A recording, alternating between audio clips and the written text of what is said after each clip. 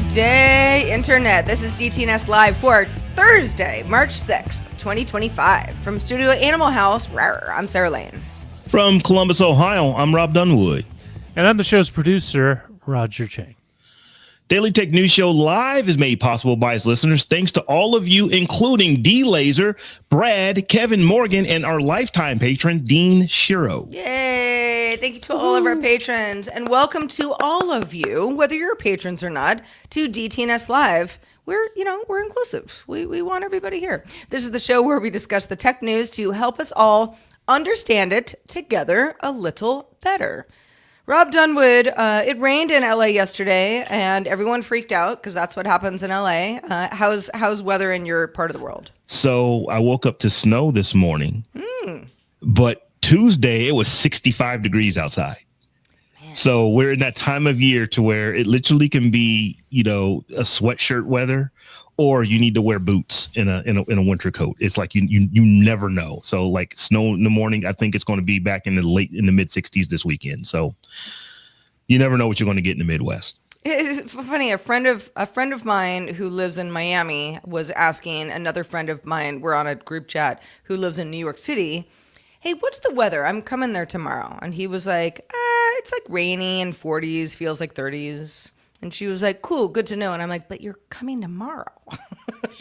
What's going to happen tomorrow? Like, if you were about to land the second, I think the East Coast weather can be very unpredictable this time of year. Very. All right. Well, we are here to talk tech news. Roger, I'm not even going to ask you about the weather because we live in the same city, so to speak. Yeah, it's soggy. It's actually kind of nice. It smells like new fresh grass. But grass aside, we are here we are here to talk about tech news. So let's get right to it. Analyst Ming-Chi Kuo predicts that Apple's first foldable iPhone is expected to launch in late 2026 or early 2027 with a book-style design and a price above $2,000. Also with a 7.8-inch crease-free inner display, a 5.5-inch outer display, and a titanium alloy casing. The device will reportedly rely on Touch ID and focus on AI-driven multitasking. Kuo also says Apple is developing a refreshed C1 modem with improved power efficiency, faster transmission speeds, and millimeter wave 5G support for mass production in 2026, potentially for the iPhone 17e or iPhone 18 lineup. There's also talk that Apple may brand it as the C2 modem. U.S. House Judiciary Chair Jim Jordan has subpoenaed Alphabet over communications related to alleged government coordination in suppressing conservative speech. Jordan is known for going after a variety of social media platforms for reportedly similar actions. Meta adjusted its own policies back in January to respond to concerns from conservatives, and Apple CEO Sundar Pichai has also indicated he intends to cooperate. A critical VMware ESXi vulnerability continues to affect approximately 37,000 servers, according to Shadow Server researchers. The flaw disclosed by Broadcom and reported by Microsoft's Threat Intelligence Center lets attackers with local admin privileges on virtual machines execute code on the host. 2 other VMware vulnerabilities were also disclosed and exploited in the wild. The U.S. Cybersecurity and Infrastructure Security Agency has confirmed the exploitation and urges immediate patching. DuckDuckGo announced its AI-generated answers are now out of beta and source information from across the web, not just Wikipedia, as was in the beta. The feature is coming to the company's AI chatbot, which is also recently out of beta. DuckDuckGo first launched AI answers back in 2023 with concise responses and settings for how often you see them, including just turning them off altogether. Even with AI-generated answers set to often, you'll only see them around 20% of the time for now, says DuckDuckGo, with plans to ramp that number up in the future. NASA is shutting down instruments on the Voyager 1 and 2 spacecraft to conserve power and extend their mission into the 2030s. The probes are running low on energy as their nuclear batteries lose about 4 watts annually. Voyager 1's cosmic ray subsystem was turned off in February, and Voyager 2's low energy charge particle instrument will shut down in March. The U.S. Commerce Department is revamping the $42.5 billion Broadband Equity Access and Deployment, or BEAD, program to prioritize satellite internet providers like Starlink over traditional fiber optic companies. The proposed changes could increase Starlink's funding from $4.1 billion to up to $20 billion, which would expand its role in connecting rural areas. All right, Reddit is introducing a couple new tools to improve user engagement and help prevent rule violations. So, Rules Check is the first one. This is a feature that highlights potential rule-breaking content before a post is submitted. So, I'm about to send something and Reddit goes, rules check, let's make sure you're doing the right thing. Post recovery will suggest alternative subreddits if a post is indeed removed that might live on, somewhere else. Reddit also recommended relevant communities based on post content and display posting requirements like account age and karma. Post Insights will also provide data on views, upvotes, shares, cross posts, basically just, what's going on with your Reddit account and who's seeing it and when, to help users track engagement. Rules Check, still in testing, but the other features are all now available on Reddit's website and also its mobile app. When I first saw this morning, I was sort of like, okay, well,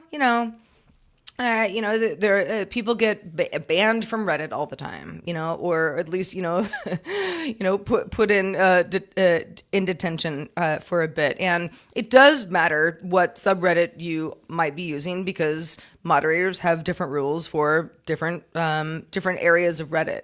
But this feels like overall a pretty good idea. You can still just say, oh, screw it, I'm going to do what I'm going to do, and see if it catches you. But this feels like more automated content moderation. Go definitely. Ahead, Roger. Oh yeah, I was about to say, like, certain subreddits I follow that are definitely of a more specific, narrow kind of focus. There often tends to be the one or two posters who come in that post something that really isn't within that wheelhouse, other than someone's related tangentially to the topic at hand, right? It has nothing really to do substantive with the topic. And the moderators have to come in, and it's like, people will complain and they'll have to flag it and then let the person know. This at least helps people who might not be familiar with the subreddit's rules about what can be posted, because it's often clearly listed on the right side of the page, just to give them a heads up. And and you're right, sir. People can just say, like, well, full speed ahead. I don't care what anyone says, and you'll still get banhanded, flagged or worse. Yeah. But it's good. I don't mind this at all because I know there's going to be some folks who say, well, free speech, and I get that. But a lot of times, as you said, it could be somebody that's just new and they just don't understand the rules of how you're supposed to post in here. So you may just need to just reframe something or just rewrite something, and then it'll get through. Or as both of you have said, you can still force it through if you want, and then Reddit will handle you like they've always handled you. So I don't particularly have a problem with this because ultimately, for me, for me using Reddit, and I know that there's a lot more people who use Reddit for a lot of other things, but I'm just trying to go get news. So if I'm there and I'm trying to read news, I don't want to hear how you can sell me something that's ultimately going to help my webpage ranking when it had nothing to do with the news that was in that particular subreddit that I was in. So like I said, I'm for this. And like I said, I think that, that there may be a kink or two here that they might have to work out, but that's ultimately, as time goes by, the system should get better. And go ahead, Roger. Oh no, I was about to say, like, I hope this helps deal with an issue that's called brigading, where a group of individuals with a similar mindset or goal try to flood a subreddit with a bunch of, basically not empty posts, but posts that either don't have anything to do with it, or it's the same thing over, trying to basically do in Reddit an overwhelming just a subreddit with all these garbage posts. And if it can help mitigate that, I think this would be amazing, because oftentimes the moderators aren't paid, they're chosen, and it is a lot of work to go through and deal with, especially if it's a large subreddit with like 1 million plus subscribers. At any one time, you can have 20 or 30,000 people on it, and it does take a lot of legwork to deal with it. And if you can deal with it beforehand, it's more power to you.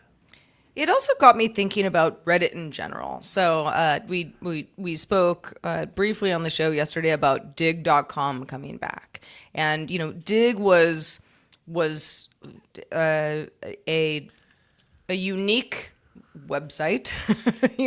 It was Reddit before there was Reddit. And then Reddit came along and was like, oh, okay, now they're competing. And, dig kind of went by the wayside and Reddit flourished.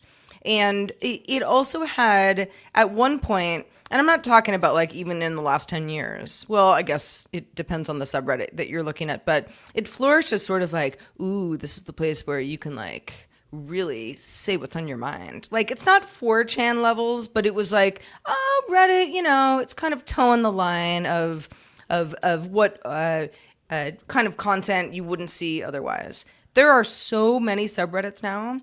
And so many subreddits they're dedicated to all sorts of things like, mental health, how to buy a car, how to build a computer from scratch. I mean, there are so many really great subreddits. I would never tell somebody like, oh yeah, no, Reddit is like adult stuff, that's not for you. But that does exist as well. And I think Reddit is probably going for some of that, gray area stuff a little bit more than ever now because, it's a public company and they're trying to make sure that everybody has a good time. I mean, Reddit sort of did a successful turn on what forums used to be, but forums used to be tied very intimately to the websites they were found on. And Reddit was just like, we'll put it here and then let people create their own and moderate. This is very important, to moderate their own, so you weren't necessarily relying on someone else in the system to do it for you. But with success, you get a larger scope of people, and with a broader set of people, you have all those same issues. There are some people who A, don't follow the rules because they don't know what they are. B, people just want to cause trouble, or C, people are bored and looking to stir things up because for them, watching people bicker on some a faceless subreddit is what they do on a Friday night. Mm-hmm. Sarah, you made a point that some of these subreddits are ginormous with millions of users in them. And Roger, you made a point that moderators are chosen, not paid. So anything that's going to help these free these folks who are doing this moderation for free out of the goodness of their heart because they just want to foster a community and have a good place to have conversations around whatever that subreddit is. I am for this because if you get to where Reddit has to start putting their paid moderators in, it's going to change the nature of these systems because, you can go from one subreddit to another and the type of conversations that happen from one to another are very, very different. And that's a nuance that a paid moderator from Reddit may not understand. And Reddit is actually pretty good in terms of the toxicity because you can sort of say, okay, that subreddit is filled with people who want to talk like this. I will start one, say like it's something innocuous, like, a speaker fan, like you're into audio, stereo hi-fi speakers. You just set up a subreddit for that and that's all you focus on. You can kind of keep it away, right? You can keep it at arm's length because you can just stick to that topic. And for the more hot-tempered individuals, there are ones where you're free to do a shouting match, but even they have moderators that have limits. Like, okay, you can't do that, you can't do that, you can't do that. Mm-hmm. And I'm always surprised that Reddit hasn't devolved into some weird, like anarchy where everyone's just like screaming and throwing the furniture around. Well, I think parts of Reddit are still like that. No, they're like that, but less so than ever, right? Because the company's like, we can't have that because then we're less so liable. than other social media platforms because these are all kind of compartmentalized and people have ownership of their little patch, right? Mm-hmm. Which is, I can't go to X and say, all right, this thread is my patch. No one else can touch it. No one can go. Of course, everyone can jump in and do it. That's part of it. But subreddit, because of the way it operates, I think it does allow for a lot more people of diverging views to still use the platform without necessarily elbowing in on your conversation. Different subreddits can have different rules. It almost reminds me in a very different way of how, like on Blue Sky or Mastodon, you can create your own server with your own rules for the community that you foster on there, and you moderate it the way that you see fit, not the way that Mastodon or the way that Blue Sky sees fit. So with Reddit here, there are some overarching rules. There's some things you just simply can't do because Reddit is a singular company, but they allow the moderators of those various subreddits to kind of set the tone for what's going to be cool in that subreddit. And that's one of the reasons why I think so many people love Reddit, or love Reddit and the subreddits that they are a member of. I also think, I just touched on this earlier, but post insights, let's say I've got a new podcast that I'm launching, which happens pretty frequently. It's like, okay, let's throw it into, some sort of subreddit where it's relevant. If I get data on those views, who upvoted it, who shared it, just getting a temperature check on where on Reddit I might have, found a community that I want to invest in and spend more time with. That's cool too. All right, Rob, as news gatherers, because we are podcasters after all, and we do gather news every day, all day. Lots of the information that used to be free today is not free. It is paywalled. What is happening? So yes, here, I can't say that this is a recent phenomenon, but lately it feels like a lot of the content that used to be ad supported with no subscription is now falling behind a paywall.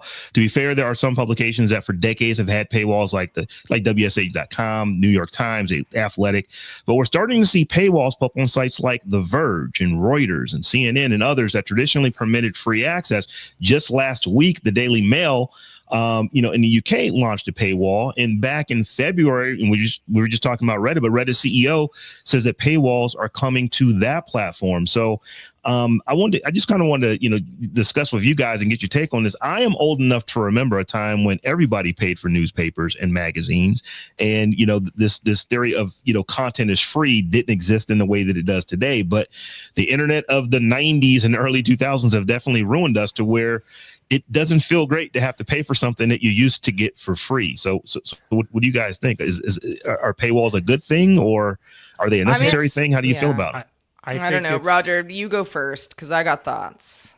I was about to say, I think it was an inevitable thing, honestly. Like the model that worked in the 90s, because of the way, and Justin will tell you, the way the ad market has worked out, Google kind of sucked up a lot of it for its AdWords search, but also there's so many more opportunities to sell into. I mean, even you can sell ads into Reddit now. And so, I mean, you just don't get as much money for the available space you give to an advertiser as you used to. So, I mean, that model of business doesn't work. So the paywall thing is near and dear to my heart, in good and bad ways. So and I think Rob and Roger and Tom and lots of other people that we work with all the time might have the same experience. It's like, I get up in the morning, all right, make my coffee or, whatever morning beverage, is of your choice. Sit down at the computer and be like, all right, what happened overnight? What's the latest news? And, from that, you sort of go like, all right, here's about 8 to 10 stories that seem to be something that we're going to want to talk about on one of the, the variety of shows today, whether it be Daily Tech Headlines, Daily Tech News Briefing, or DTNS Live. And then I start, opening up links, and it's like, Bloomberg. Yeah, okay. Let me find somebody else who wrote about it. So I get the same information, and can cross-reference. Reuters, Reuters, no. I only get a couple of those a month, and it's almost the end of the month. Can't open Reuters. Financial Times, nope, can't do that. And this is definitely a problem that's easily solved by just subscribing to all of these publications. And then you also have aggregators.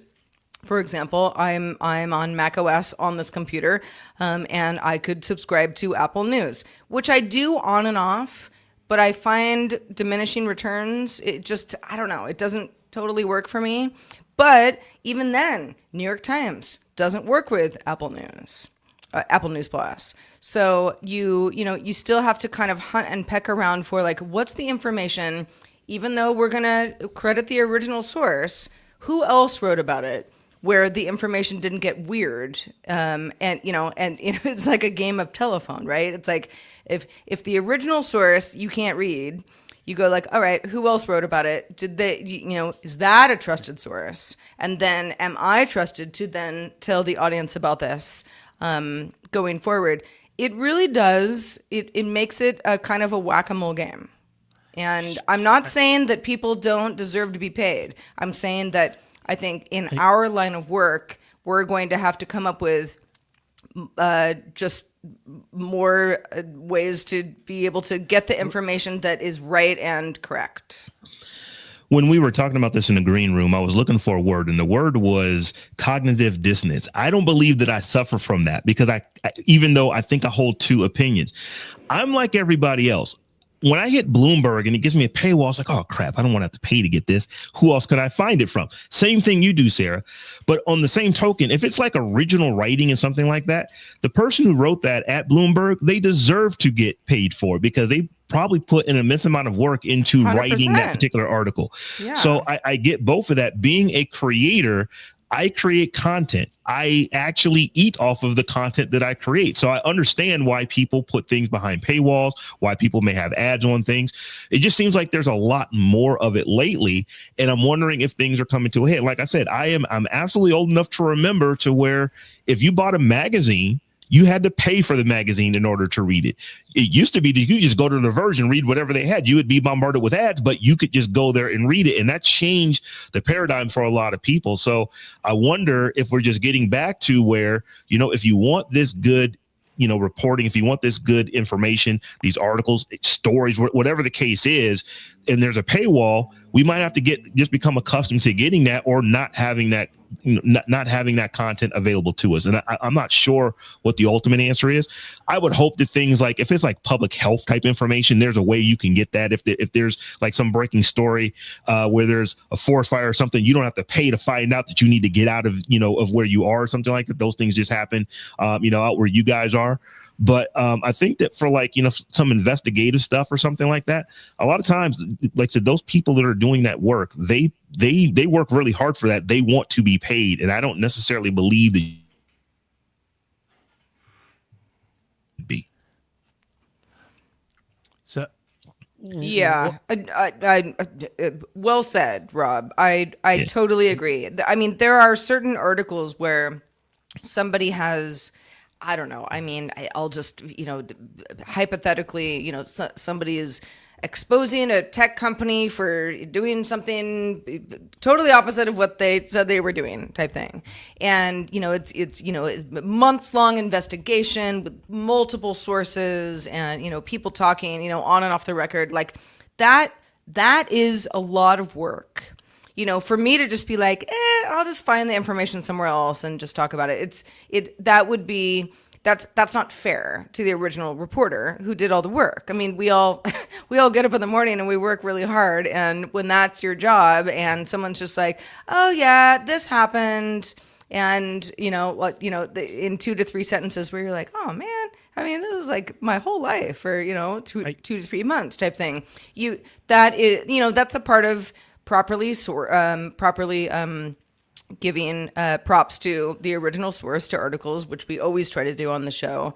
But at the same time, it does change the kind of like, all right, let me sit down in the morning and get on the internet and see what's going on, because more often than not, Rob, and it sort of happened more quickly in the last couple of months. It's like, this is hard. It's hard for me to find the information. I think what we're seeing is that liminal space where we had this transition from an ad model to some other business model to pay for this. I mean, I think a lot of these places are just looking at the bottom line and they're realizing they can't keep the lights on by just ads alone. Now, if you notice, TV networks still like, or even cable news networks like MSNBC or CNN, their sites are littered with ads, but they haven't gotten to paywalls yet because they're still underwritten to some extent from cable TV news business. Oh, And so- CNN just added Oh, did paywall. they? So yeah, they're adding paywall. Now you I can still guess- get a lot of free there, but CNN is adding it.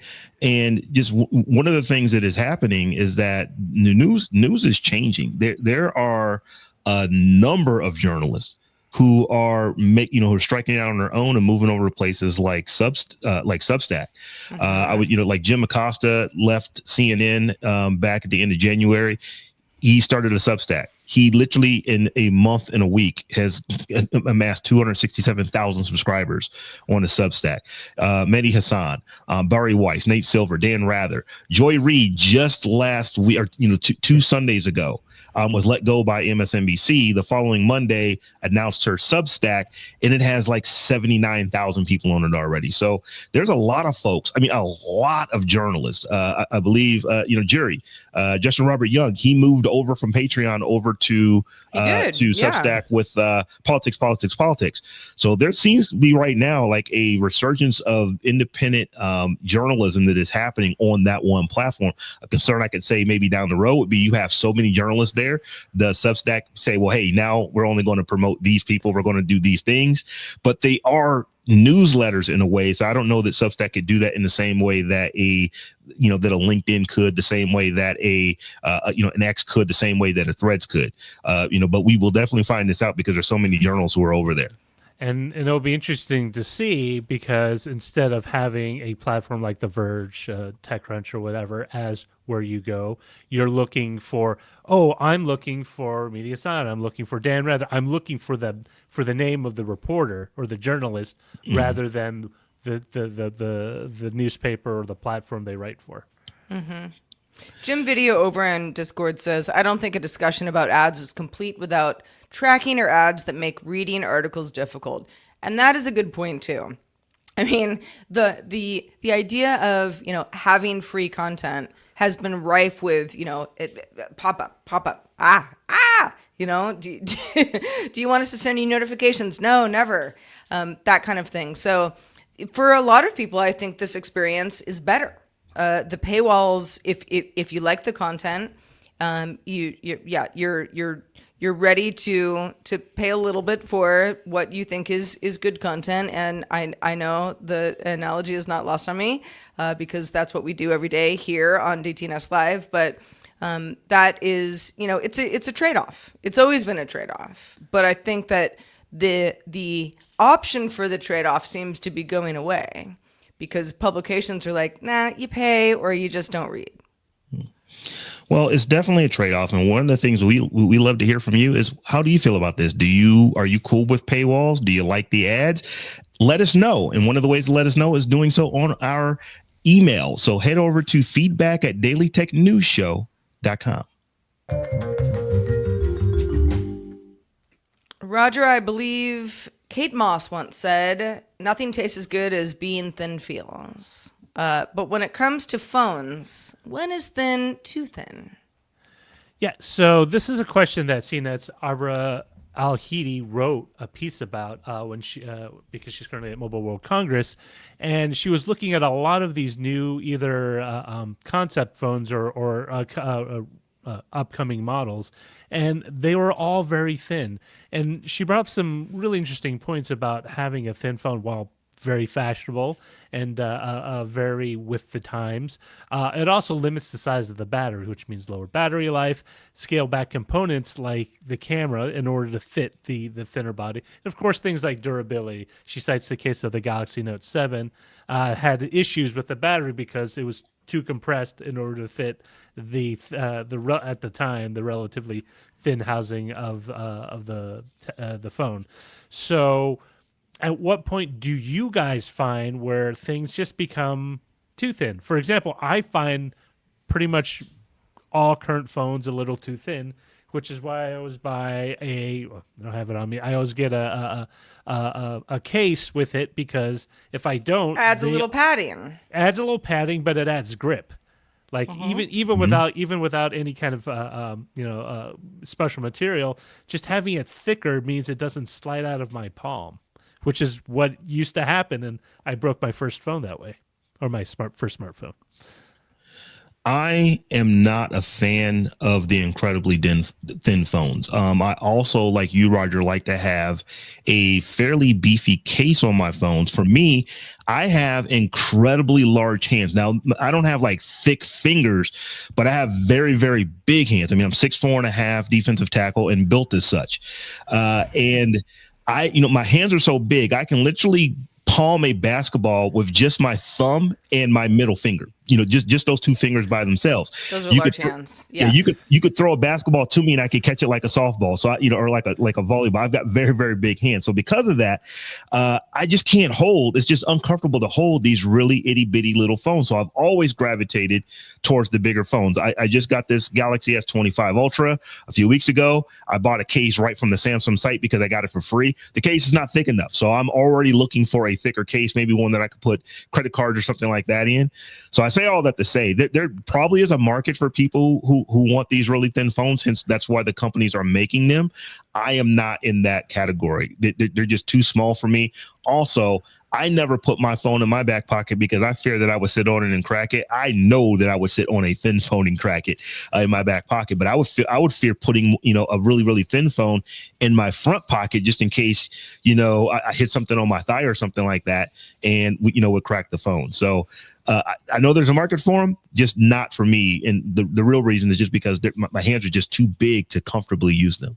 I mean, I feel like the thin phone craze, if you even call it that, was some time ago. Let's say, 10 years ago, it was all about having the lighter phone, right? You wanted something that felt thinner, lighter, more portable, so much easier to put in your pocket or, throw into a small bag that you might be taking with you along the way. Just feeling more modern and streamlined. But yes, there is a point where if you have the thinnest phone ever, okay, you can say that you have the thinnest phone ever, but yeah, that's going to break more easily when an accident happens. Like, yes, me sitting on it by accident because I don't know, wasn't looking at the couch before I sat on my phone.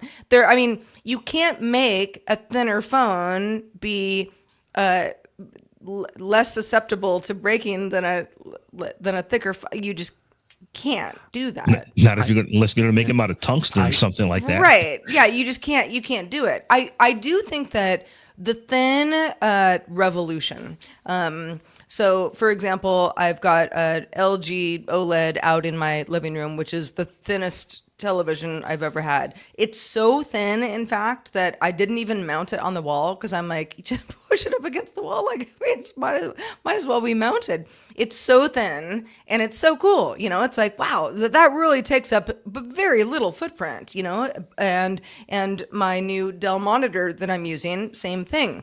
It's much thinner than my previous Asus monitor, even though, both nice monitors, but this is just, it feels very streamlined. But I don't pick these things up and take them with me. The whole idea of the mobile device is, where's it supposed to go? Is there some sort of pocket in your handbag where, the phone has to be like that much thinner for it to work? Do you I don't know. I can't even really think of another situation where you would care that much unless it's a weight thing. If I'm trying to look nice, I'll wear a sport coat. So for me, if I had a really thin phone, I guess I could put it into the breast pocket of the sport coat and you wouldn't notice that it was there. But as I said, I'm also 6'4", 295.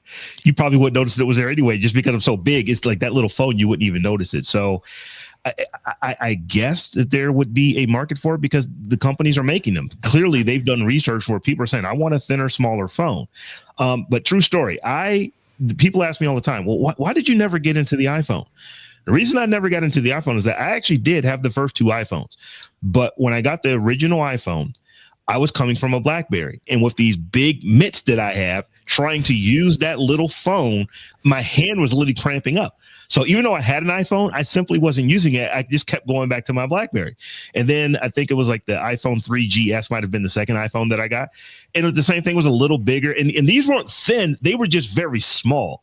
And I'm like, I had an Android phone that was probably darn near 3/4 of an inch bigger than, the iPhone. And I just never went back to the iPhone because I could always get such a big Android device that just feels comfortable in my hand. So for folks who want to know why I've never gotten into it, that is why. They were just too small 10, 12 years ago when they were, when small phones were in. And now I'd probably be fine on like a Pro Max or something like that. But I'm all in on Android now. It's too late.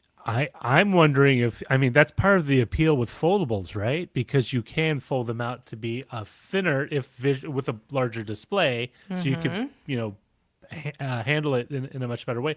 But when you need to, and this is the problem that I have with most phones being too big, is I can't stick it in my front pocket without it being a hindrance if I need to sit down, right? Like I need to take the phone out of my pocket and then sit, which is, a minor thing, but ergonomically, I just like having a phone, like say like the Oppo Find N5, it claims to be the thinnest book foldable phone, which means it folds like this instead of like a clamshell. I would totally be into that because if I can fold it and it's just compact enough to stick into a pocket or my luggage without too much trouble, and still fold out to be, with this big expansive screen and all the other stuff that you need, a relatively thin but wide screen or large screen phone to do, that would totally be it. Yeah. People always laugh at me because they're like, Sarah, you work in tech and you just don't use your phone that much. And I'm like, because I need a larger screen. And I have the iPhone 15 Pro Max. So, it's the largest one that, you could get until the 16 Pro Max, and, I'll upgrade at some point. But otherwise, when I'm kind of at home, doing the reading, that sort of thing, I just don't use my phone because I have a laptop that is mobile in my house, or I sit here in my office when I'm like really, cranking on stuff and I want to have that more desktop experience. To have a phone that really does feel more like, a tablet, not a laptop, but a tablet. The foldable thing, and we talked about that, rumors about Apple working on the foldable, which they've been floating around for some time, but there are other companies who obviously even have been doing this and will continue to do this. People like that. I like that idea of that, because I hate being, let's say I'm at the doctor's office and I don't know, doctor's running late, I'm gonna be in there for like 25 minutes, might as well read something. I hate doing that on my phone. Even though it's a large phone, compared to other phones, it's still not like a tablet screen. I think anything under a tablet screen, I will try to read something if I have to, but I won't do it for pleasure. Too small. I read all kind of stuff on my phone. I just knocked the font up to like 120% so I could see it. And no, that's probably what I should do. I literally will be looking at my phone. I've got 1, 2, 3, 4 monitors in front of me, and I will still pull my phone out and look at threads on it. Why I do that, I don't know. I don't understand it, but I am. Isn't that funny? I'm a phone person. It's just human behavior, the way we work. I'm just like, I only want to use my mobile device if I have to. And other people will, friends will come over and they're just on their phone, I'm like, what are you doing? What are you doing on your phone? Do you want to borrow my laptop? I can make you a guest account. Kind of thing. Probably just need to get my eyes checked. All right. So 1Password has a new feature to add specific physical locations to items. This is something that you designate yourself. So that would automatically, if it works well, appear in the nearby section of the app's home tab based on your proximity to that location. So let's say I say, I want to log into my healthcare provider, and I happen to be there. It's like, if again, in theory, I would not have to spend a lot of time going through a bunch of passwords. If indeed, with a lot of 1Password or LastPass, which is what I use, users have a problem with, is we just have so many passwords. It's so easy to like save a password, but maybe you don't categorize it in the right way. Maybe it ends up getting it ends up getting named in a way that's not what you thought it was, and you have to hunt and peck for it later on. So that's what 1Password is going for with here. So not scrolling through a long list of passwords is a plus. Remembering exactly how an item was named in order to find it through a search, also a plus. So only, again, in theory, the most relevant passwords should show up when opening the app. So I was looking at this article earlier today, and I thought, like, when would I ever use this? Because I'm thinking, like, I use LastPass. So whenever I open up an app, the password just pops up in it. So it doesn't matter if I'm near something or away from something. I just open the app and it just pops in. But then I thought, oh, wait a minute. But what about those times to where I'm not opening an app? I need to literally find a code that I need to punch into the door to get to my, to get to my storage unit. There you go. Mm-hmm. Or I'm going to, my cousin's house, and they're on vacation, but I'm going in to water plants or something like that, and I have a code to their door so I can actually get into the garage and get into the house. That's when this would be awesome, to where that just pops up. So I'm like, what did I save this as? I'm trying to think, how did you save it? Where did you save it? If it just popped up because you're near the place where you use the password most, that would actually be kind of a cool feature. So like I said, at first I initially poo-pooed it, and then I was like, wait a minute. It doesn't have to just be a password. It could be codes that you're using based off of where you physically are. And I see a lot of use for it. Like I said, I've got 2 storage units. Both of them, I've got to punch a code to get through the gate. This would be perfect for that, because I'm always sitting there trying to go through my phone and figure out what those codes are so that I can get in. This is super helpful if you have passwords that are, I have like 5 Google passwords stored in my password manager.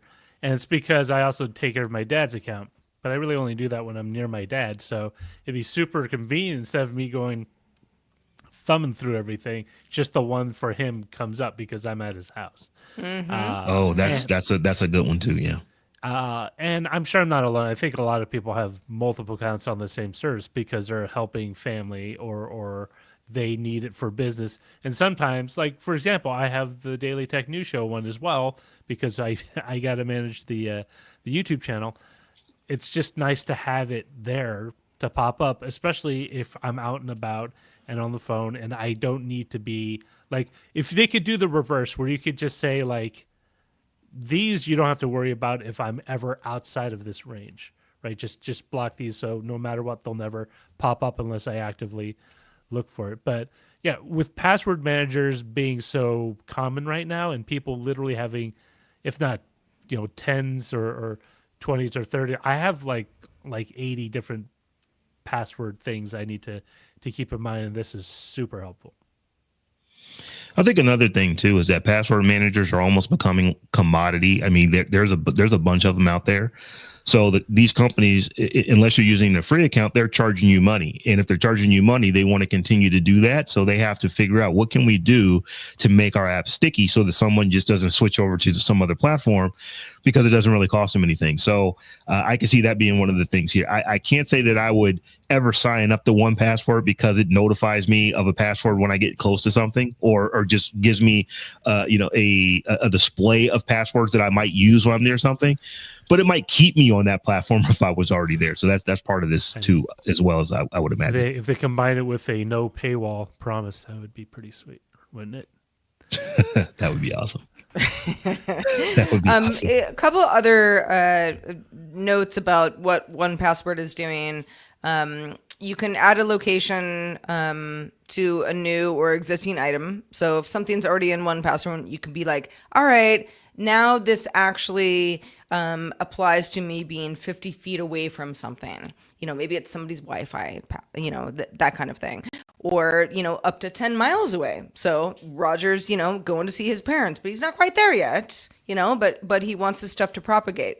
So that's kind of cool. And Agile Bits, which makes 1Password, says, for anybody being like, your location data is never stored, shared, or tracked, and the 1Password app does its checks for nearby items locally. So your current location never leaves your device. So, I think they're going about this the right way. Yeah, and if that data on your device is secured, hopefully you're encrypting the data on your phone. No one can ever go through your phone and rifle and be like, aha, these passwords show up at this storage unit, so I know Rob has his stuff here.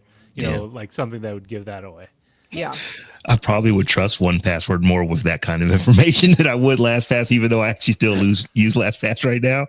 LastPass has had a bad 5 years. Let's just say it like that. LastPass has had some stuff. And not to give everybody my bank account details, but in LastPass right now, I probably have 300 entries, if not more. And, so many of them are, and LastPass goes like, you reused that password 9 years ago, where I'm like, I don't use that password anymore. I just, it's the trimming the fat of a password manager is half the battle. It really is. You can have one, but if you don't do, the right stuff on your part, it's not that helpful. You have to make it work for you. All right. Well, lots of people make our show work for us by sending us emails. So, Rob, let's check out the mailbag. So Andrew wrote in about our show from last Friday where Sarah was talking about the price of Amazon Prime being $140 USD here in the United States. And Andrew says he was shocked to hear this. That's Australian dollars, 220. While we pay Australian $80 for Amazon Prime, about $50 US. It's insanely good deal for us down here. And it's like, Andrew, I just think you're bragging, bro. She's like, let us Americans know that we're paying twice as much, or actually more than twice. What was that, 270% more? I mean, I don't remember what Amazon Prime, when it first launched in the US, cost, but I thought it was like $99 a month or per year. I think I can't be too far off. And and it's just crept up. It still feels like a good deal to me because I just get a lot of stuff on Amazon, but $50 or the equivalent of, how about you guys down under? I've thought about getting rid of AP, but I just use it too much. And I can get stuff same day. I can literally order stuff in the morning and it'd be here by 5 or 6 in the evening. So it's just too convenient for me. There are a couple. We got an email recently that we didn't include in the show, I don't think, but it was somebody saying, "Do you guys know about the Amazon Locker?" Which I do. And there have been times where it's always tech related, where I'm like, I need an XLR cable, and I don't have time, And it's easier for me to pick it up at an Amazon Locker that's nearby me than to wait for it to get delivered. It's 2 hours versus 2 days kind of thing. Not everybody has the option of an Amazon Locker, but, always a good thing to remember if you're a Prime customer and you do have access to something like that. Often, just because of the way that deliveries go, they'll get them first if you need something at the ready. Connor also wrote in about our spam conversation from earlier this week. Connor says, "Where does the spam report go, you asked? In a spam report list, problem is that a huge percentage is a false report. Easy to see why we conflate spam and scam. Spam is unwanted. Spam isn't a scam, though, so the reporting method is unreliable. Operators do this to solve this problem, and last year's Rocco Hackathon was related to this." Connor says, "Google flagging messages as part of their combined approach to reported numbers. Normally, they keep the data you share when flagging as spam, but also send them to countrywide spam lists." Tom's dog hotel, Tom had told the story about his dog hotel sending him what he thought were spam phone calls, but from a legit number. They may be getting blocked for sending an A2P message from a personal number. This is a normal practice nowadays. It makes sense. I get it, but I'm still annoyed by them, whether they're spam or scam or whatever. So I hit the spam button on so much mail that comes in. I do too. So what about What about the amount of phone calls that you get, Rob? I don't know who your carrier is. Mine is Verizon. So it will say potential spam. And I believe it for the most part. But every so often, it'll come from like Kaiser, who's my, my healthcare hospital. Because they're just all over the place. And so they come in from different numbers. So I trust it mostly, but not 100%. I don't get a lot, at least I don't think that I do. But I do have a habit. If I answer my phone and say hello and you don't respond to me within like 2 seconds, click. And because it's like, that means you aren't a human. You were robocalling me. And I'll just wait for you to, to give me to call me with a human. So I don't think that I get a lot. I do have, I'm on Verizon and I actually do use their spam filter service. So I don't think that I get a lot, but like I said, I'm not very patient. If you don't answer me, when I say hello, if you're not talking almost instantaneously, click report the spam. Yeah, and even if it was a friend who was like, sorry, I was like chewing my food, they'll just like text you and be like, call me back. Yeah. Like, you're a friend. Why are you calling me in the first place? We don't talk like that. Yeah, no. Text me before you call me. Call me. It's hard because sometimes there are phone numbers like this isn't a phone number from EA, the area, or B from areas I know people in. Then I just assume it's scam. But the other day it was my insurance adjuster, so it was like, but it was labeled by T-Mobile as a scam because it was or a spam. Spam. Yeah. Well, it said scam call. It said suspected scam because the number was from Oklahoma. The number I call for my insurance adjusters in Texas, but this person. I only get potential spam. They don't say scam, but that is actually more helpful in a way. So, just have one phone number that you actually pick up the phone at when I call, and then this won't be a problem. Well, I'm sure all of you have had your fair share of spam and scam phishing attempts across the board. If you'd like to share them with us, we will read them someday on a show. Feedback at dailytechnewsshow.com. Send them all in. All right, Rob. So we've got some show title submissions.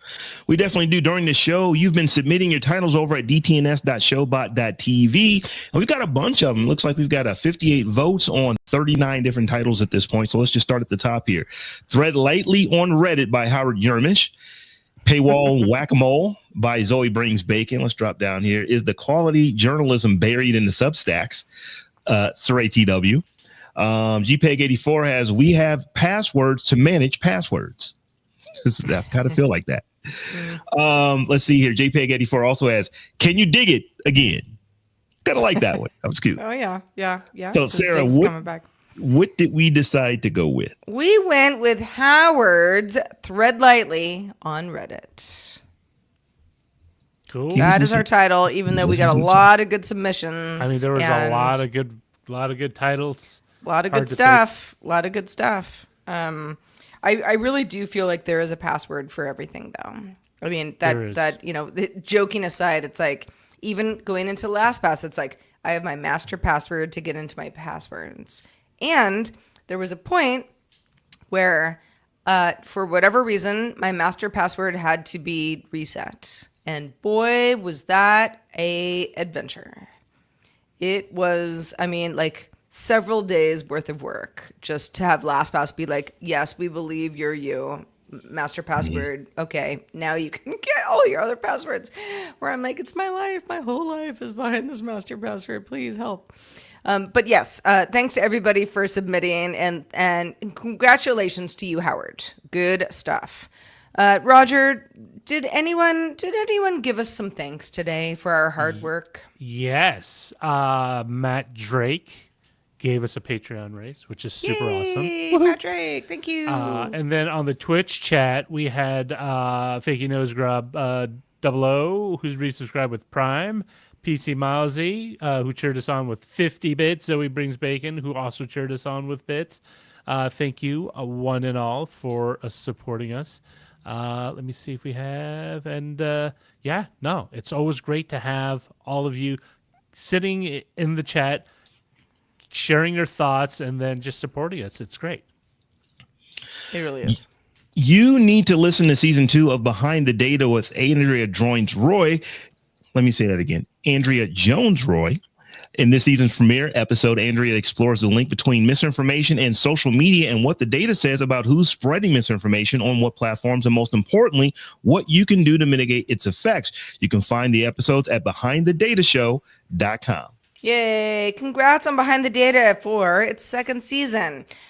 Just a reminder, you can watch us live Monday through Friday at 4 p.m. Eastern. That is 2100 UTC, and you can find out more at dailytechnewsshow.com/live. We hope to see you tomorrow. It's going to be fun because Len Peralta will be drawing the top tech stories, plus some tech stories. See you then. The DTNS family of podcasts, helping each other understand. Diamond Club hopes you have enjoyed this program.